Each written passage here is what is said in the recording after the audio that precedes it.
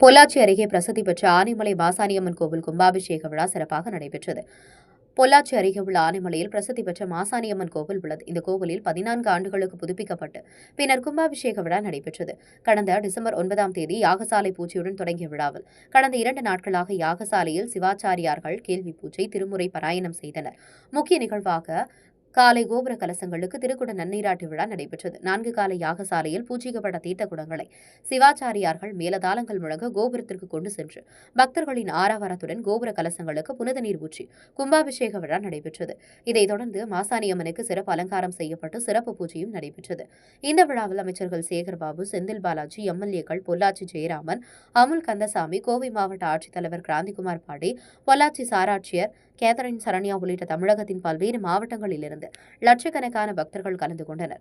கும்பாபிஷேக விழாவையொட்டி பலத்த போலீஸ் பாதுகாப்பும் சிறந்த பேருந்துகளும் போடப்பட்டது.